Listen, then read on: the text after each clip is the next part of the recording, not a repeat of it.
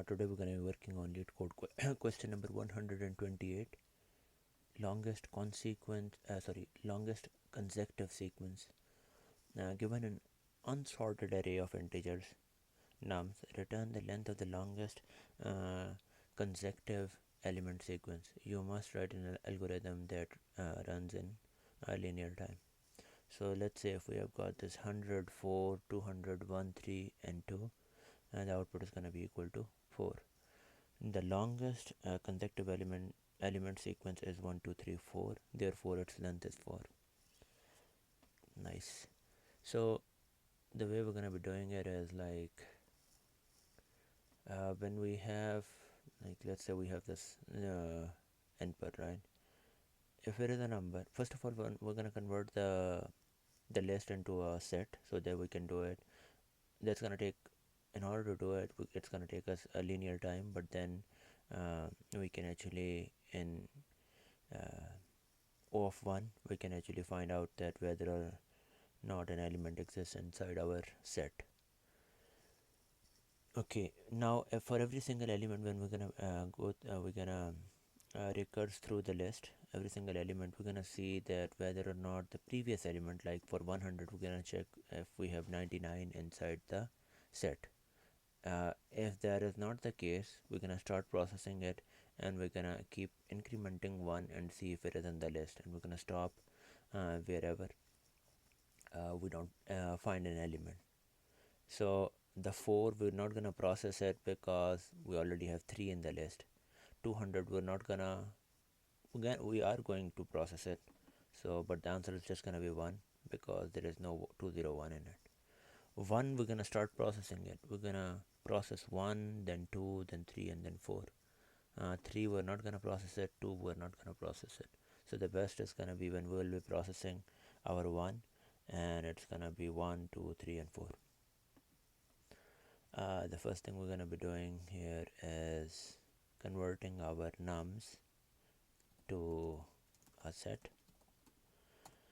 The second thing is, like, we're gonna have our best equals to 0, and then for x inside the nums,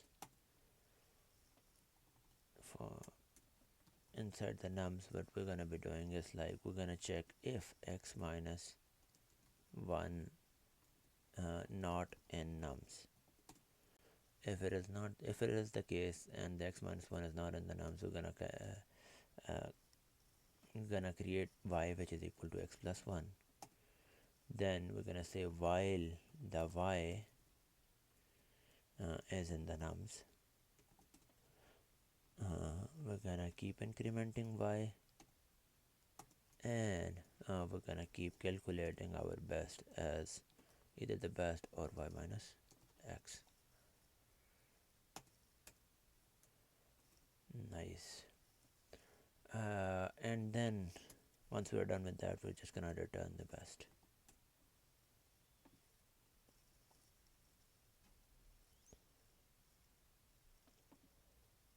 Looking good.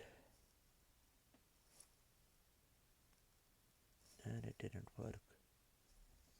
So if the input is a list with a 0, the output was 0, but we returned 1. Okay, the nums we set it to, that's the best is 0, and inside the x's nums we did that, and then the x minus 1 not in the nums, we're gonna check that if the x minus 1 is not in the nums, then we're gonna process it, otherwise we don't want to touch that. Then we said that the y is equal to x minus x plus 1, and we are checking that while the y which we are incrementing every single time is inside the nums, we're gonna say that the best is basically equal to the between the max and the max of either the best or the y minus x. That looks right. And once we are out of that for loop, we're gonna return the best.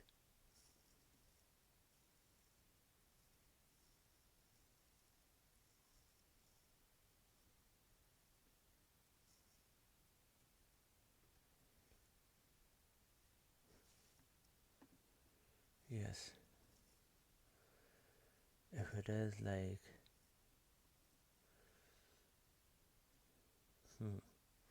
if it is, that is right, because if the list is like 0, because you're not gonna even be touching it. Yes, because x minus 1 is not in the nums. And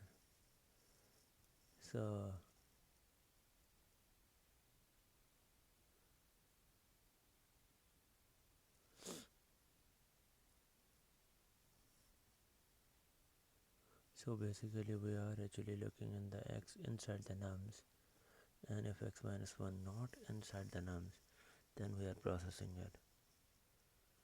That is correct.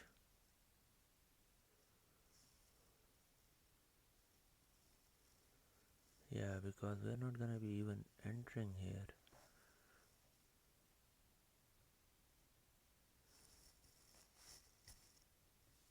Shouldn't the best be equal to 1?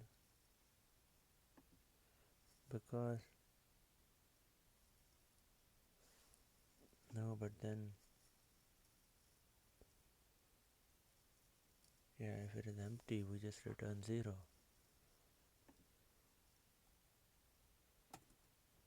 If not nums, we return 0.